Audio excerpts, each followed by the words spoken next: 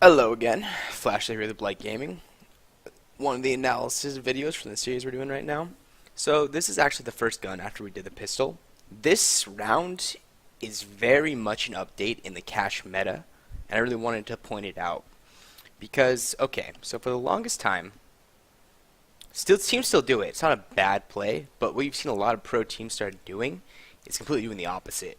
So for a long time, right, we would have the 1-3-1 towards middle, right? So what would happen is into smoke middle, molly off towards boost, one runs towards like up close, maybe one goes towards garbage as well, and you have one spot from white box or towards Z depending if they smoked it off.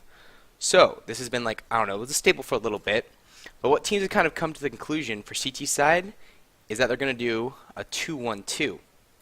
With not the op being towards middle, some players use the op, but mostly it's a rifle that either goes towards Z or goes towards white box, smokes out middle right away, and then just gets intel on it, right? So what happens is that in order to counter this like mid aggression that comes out of T side, since you're giving up middle, you have to get control somewhere else. So what a lot of teams started doing is you do your basic smoke towards A main, you have the two there, but if they snap take towards middle, your white box guy either goes towards up highway or back towards car and pop flashes in the two players at A to clear this out so they can control it. So at that point, what you've done is you've swapped kind of like a control, right? You have CDs controlling towards A, you have T's controlling towards middle and outside B, and then you continue the round.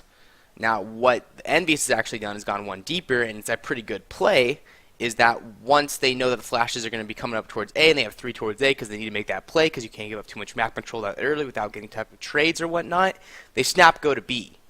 So this round really is a round showing how EnvyUs is like one step ahead of Liquid in a sense, but there aren't very many like other options that you can do when doing the 2-1-2. Because if you're not doing the 1-3-1, you're forcing to control somewhere else. What I think should happen in this type of gun situation, where you have to like swap control of the map towards A and whatnot, is give B. CT needs to start playing outside of B somehow and have this like insane retake, so that when the A guy is flanking control outside of B, you have one towards vents, two outside B, and two outside B towards CT, two outside B towards T side. Only problem is it's really hard to get these two in position because the terrorists usually run back here and they're like getting in position for the flank.